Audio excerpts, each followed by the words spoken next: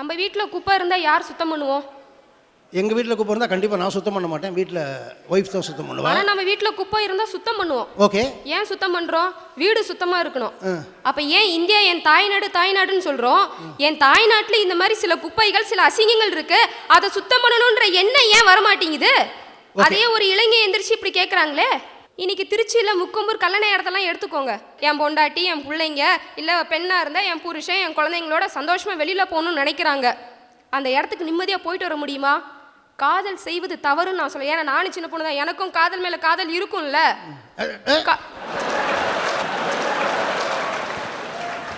சந்தோஷம். காதல் செய்வது தவறல்ல, ஆனால் காதல் என்ற பெயரில் தவறான பாதையில் செல்லாதீர்கள். 18 வயசிலிருந்து கல்யாண வயது வரை உடைய இளைஞர்களிடம் எடுத்த புள்ளி விவரத்தில் 47% பெண்கள் சிகரெட் பழக்கத்திற்கு அடிமையாக இருக்கிறாங்க. 27% பெண்கள் மது பழக்கத்திற்கு அடிமையாக இருக்கிறாங்க. 7% பெண்கள் சூதாட்டத்திற்கு அடிமையாக இருக்கிறாங்க. இதில் ஒரு அதிர்ச்சியான விஷயம் என்னன்னா, இளைஞர்களை விட பெண்கள் ஜாஸ்தி. அப்போ புள்ளி விவரத்தில் ஆண்கள் ஜாஸ்தின்னு நான் கொஞ்சம் கஷ்டப்பட்டேன். இப்போ புள்ளி விவரத்தில் பெண்கள் ஜாஸ்தின்னு நான் தமாஷுக்கு தான் சொன்னேம்மா. இந்த புள்ளி விவரம் கண்டிப்பாக என் மனதை உறுத்துகிறது. இப்படி என் பையன், என் பொண்ணு, நீ சுதந்திரமா இருக்கணும் அப்படின்னு நம்பி உனக்கு நான் சுதந்திரம் கொடுக்குறேன். ஆனா இன்னைக்கு அந்த சுதந்திரத்தை இப்படி மிஸ்யூஸ் பண்றத பாக்குறப்ப எந்த பெத்த தகப்பனுக்கு என் பொண்ணுக்கு நான் சுதந்திரம் கொடுத்து அவ வெளியில போட்டு நம்பி விட முடியும்? எந்த அண்ணனுக்கு என் தங்கச்சி வெளியில போகட்டு நம்பி விட முடியும்? சரி, இளைஞர்கள் தான் இப்படி பண்றாங்க. 25 வருஷம் வரைக்கும் உன்னை பெத்து வளர்த்து உனக்கு வேணுங்கிறதெல்லாம் பாராட்டி சீராட்டி எல்லாத்தையும் செய்கிறாங்கல்ல.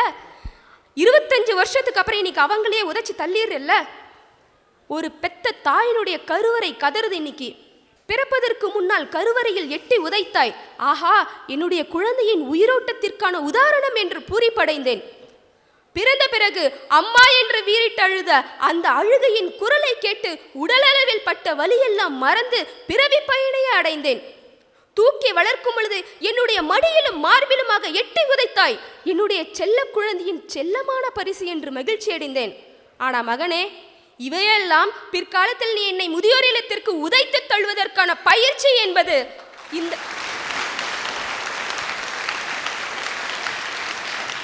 இந்த பேதைக்கு அன்றைக்கே தெரியாமல் போய்விட்டதடா மகனே. மகனே, நீ பிறக்கிறதுக்கு முன்னாடி என்னுடைய கருவறையில் உனக்கு இடமளித்தேன். நீ பிறந்த பிறகு என்னுடைய இரத்தத்தையே பாலாக்கி உனக்கு ஊட்டினேன். உன்னை வளர்க்கும் பொழுது என் மடியிலும் மார்பிலுமாக பாராட்டி சீராட்டி வளர்த்த எனக்கு ஆண்டவன் உனக்கு இதயத்தில் கூட 4 இடம் கொடுத்துருக்கான். எங்களை வச்சுக்கிறதுக்கு உன் வீட்டில் தான் இடம் இல்லை. எங்களுடைய நினைவுகளை சுமக்கிறதுக்கு உன்னுடைய இதயத்தின் ஒரு மூலையில் கூடவா இடமில்லை? அம்மாக்கள் தன்னோட குழந்தை எட்டி உதைக்கிற வரைக்கும் வெயிட் பண்ணி குழந்தைய பெத்துக்கிறாங்க. கேட்டு சொல்லுங்க பார்க்கலாம்.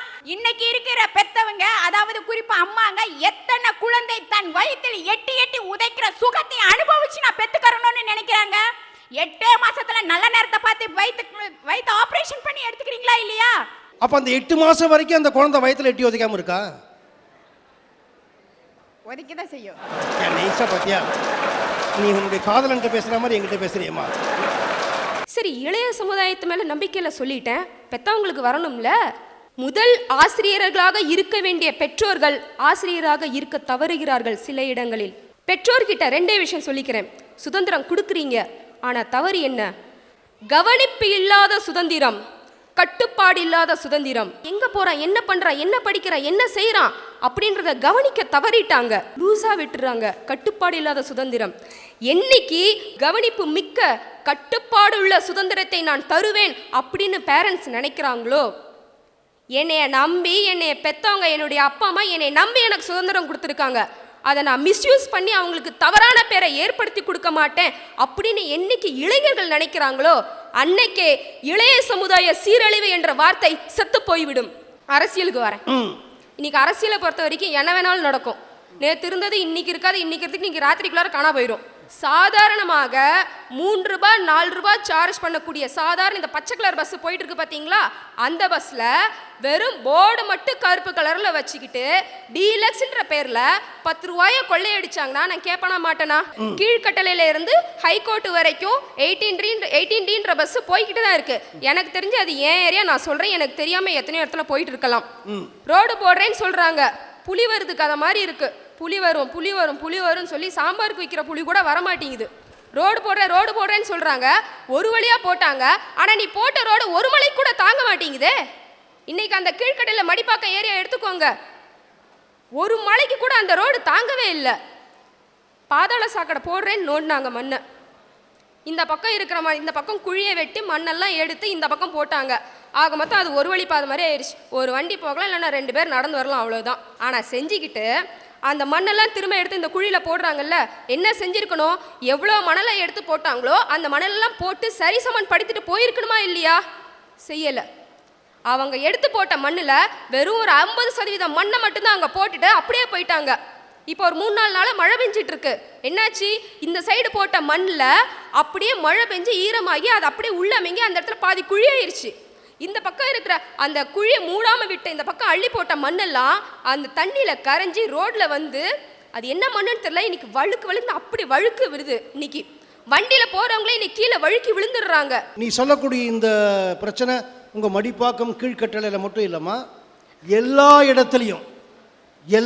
இடத்துலையும் கிட்டத்தட்ட 60 to 70% பிளேசஸில் ரோடு ரொம்ப மோசமாக தான் இருக்குது. கரெக்டாக மழை காலத்தில் ரோடு போடுறதுக்கு காரணம் என்ன தெரியுமா உனக்கு? நான் ரோடு போட்டுட்டேன்னு கணக்கு காட்டுறதுக்கு. வந்தவொடனே பிச்சுட்டு போயிடுச்சுன்னா நாங்கள் என்னங்க பண்ணுறது? ரோடு போட்டோம் மழை வந்துருச்சுன்னு சொல்கிறதுக்காக தான். கருவறையிலிருந்து கல்லறை வரை ஏமாற்றப்படுகிறது. எங்கே போனாலும் ஏமாத்துறாங்க. எத்தனை ஆண்டு காலம்தான் நம்மளை ஏமாற்றுவாங்க? இங்கே வந்திருக்கிறவங்க எல்லாருக்கும் தெய்வ நம்பிக்கை இருக்கும்னு நினைக்கிறேன். தெய்வ வழிபாடுகள் இருக்கும். நம்மளுடைய வழிபாடுகள் வேறு மாதிரியாக இருக்கலாம், வழிபாட்டு முறைகள் வேறு மாதிரியாக இருக்கலாம், உருவ அமைப்புகள் வேறு மாதிரியாக இருக்கலாம். ஆனால் ஆப்ஜெக்ட் எல்லாருக்கும் தெய்வம் ஒன்று தான். ஆனால் நம்ம யாராவது தெய்வத்தை பார்த்துருக்கோமா? தெய்வம் மனித ரூபேனான்னா, தெய்வம் மனித ரூபத்தில் வந்து தான் ஹெல்ப் பண்ணும். அப்படி நோயாளி தெய்வமாக யாரை மதிக்கிறான், யாரை நம்புகிறான்? டாக்டர்களை நம்புகிறான். எம்பிபிஎஸ்ன்னு ஒரு பொய்யான சர்டிஃபிகேட்டை கொடுத்து ஒரு போலி டாக்டர் வேஷம் போட்டு உயிரோட போராட்டம் நடத்துறீங்க. புது வண்ணாரப்பேட்டையில் ஒரு தனியார் மருத்துவமனையை ஒருத்தர் நடத்திக்கிட்டு இருக்காரு. அந்த மருத்துவமனையில் திருவொற்றியூர் காலடிப்பேட்டை திலகர் நகர்லேருந்து ஒரு டாக்டர் வந்து வேலைக்கு இருக்கார். 2 வருஷமாக அந்த தனியார் மருத்துவமனையில் டாக்டராக வேலை பார்த்துக்கிட்டு இருக்கார். அந்த கிராமத்தில் உள்ள ஒரு சுனாமி குடியிருப்பில் ஒரு பொண்ணு, 24 வயசு பொண்ணு, அதுக்கு ஃபிட்ஸ் வந்திருக்கு ராத்திரி. அதை தூக்கிட்டு அலறி அடிச்சுட்டு டாக்டர்கிட்ட ஓடுறாங்க. அப்போ டியூட்டி டாக்டர் நைட்டு இவர். அவங்களெல்லாம் வெளியில் போக சொல்லிவிட்டு அந்த 24 வயசு பொண்ணை உள்ளே அழிச்சுன்னு போய் ட்ரீட்மெண்ட்டு கொடுக்கறதா சொல்லி பலாத்காரம் செய்ய முயன்றிருக்கிறார். அந்த பொண்ணு அலறி அடிச்சுன்னு ஓடி வந்துருச்சு வெளியில். அவசரமாக எல்லாருமா ஓடி போய் அந்த டாக்டரை பிடிச்சிட்டாங்க. போலீஸ்லாம் வந்துட்டாங்க. மறுநாள் விசாரணையில் பார்த்தா அந்த டாக்டர் 6ஆம் கிளாஸ் ஃபெயிலுங்க.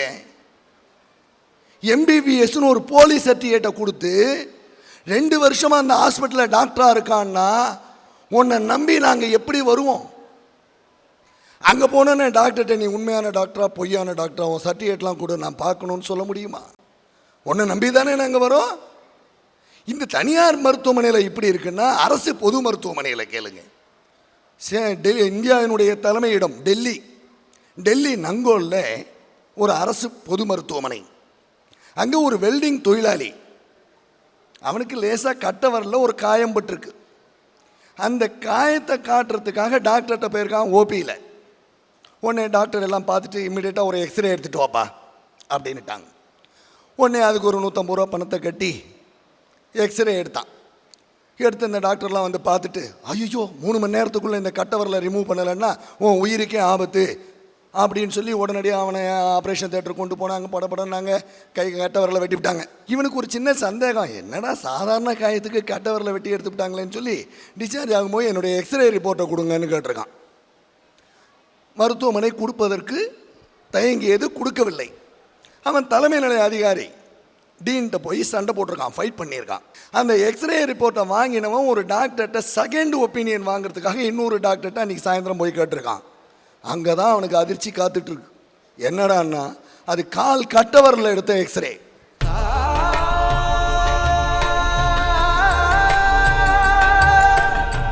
உடனே அலறி அடிச்சுட்டு ஹாஸ்பிட்டலுக்கு ஓடி வந்து அட பாவிங்களா, என் கட்டவரலை எடுத்துட்டீங்களே, கை கட்டவரலை, நான் எப்படி பிழைப்பேன், என்னை நம்பி 7 பேர் குடும்பத்தில் இருக்காங்களேன்னு சண்டை போட்டா அங்கே அதை விட பேரடி காத்திருக்கு அவனுக்கு. அவனுக்கு ஆப்ரேஷன் பண்ண டாக்டர் இல்லைங்க, வார்டு பாய்.